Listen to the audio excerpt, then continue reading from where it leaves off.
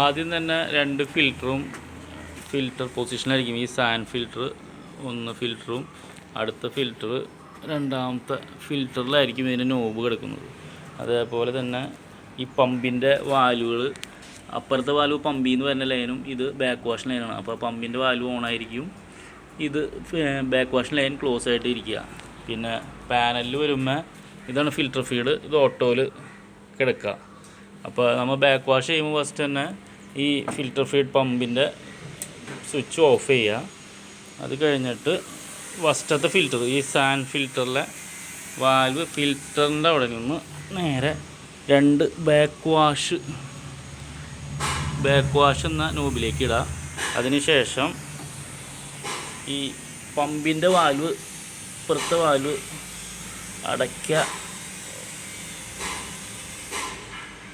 ഇപ്പുറത്തെ വാൽവ്, ഈ ബാക്ക് വാഷിന് ഇരിക്കുന്ന ഫ്രഷ് വാട്ടർ ലൈനിൽ ഇരിക്കുന്ന ഈ വാൽവ് തുറക്കുക. അങ്ങനെ ഒരു 10 മിനിറ്റ് ബാക്ക് വാഷ് ചെയ്യുക. 10 മിനിറ്റ് ബാക്ക് വാഷിന് ശേഷം വീണ്ടും ഈ പമ്പിൻ്റെ അല്ല, ഈ ഫ്രഷ് വാട്ടർ ലൈനിൻ്റെ എന്ന് പറഞ്ഞ വാൽവ് അടയ്ക്കുക. അതിനുശേഷം ഈ ഫിൽറ്ററിലെ വാൽവ് നേരെ ക്ലോക്ക് വൈസിൽ റൊട്ടേറ്റ് ചെയ്തിട്ട് റിൻസ് ഈ മൂന്നാമത്തെ ഇതിലേക്ക് ഇടാം.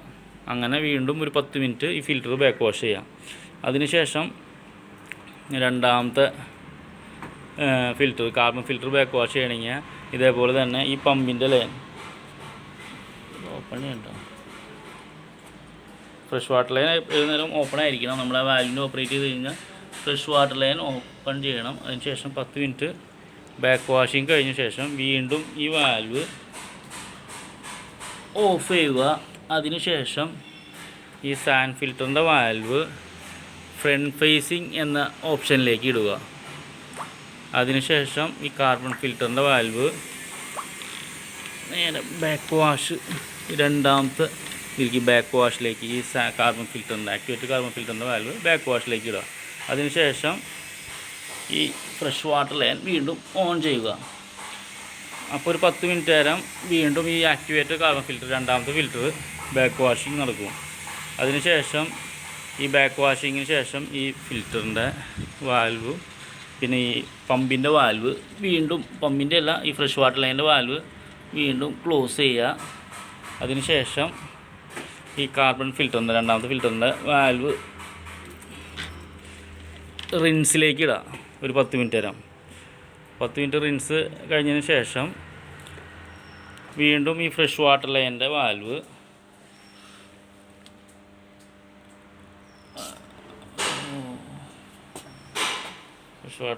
ഈ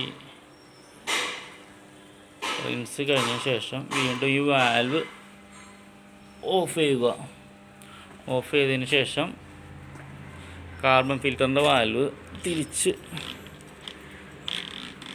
ഫിൽറ്ററിലേക്ക് ഇടുകയും ഫസ്റ്റ് ഫിൽറ്ററിൻ്റെ വാൽവ് ഫിൽറ്ററിലേക്ക് ആക്കുക.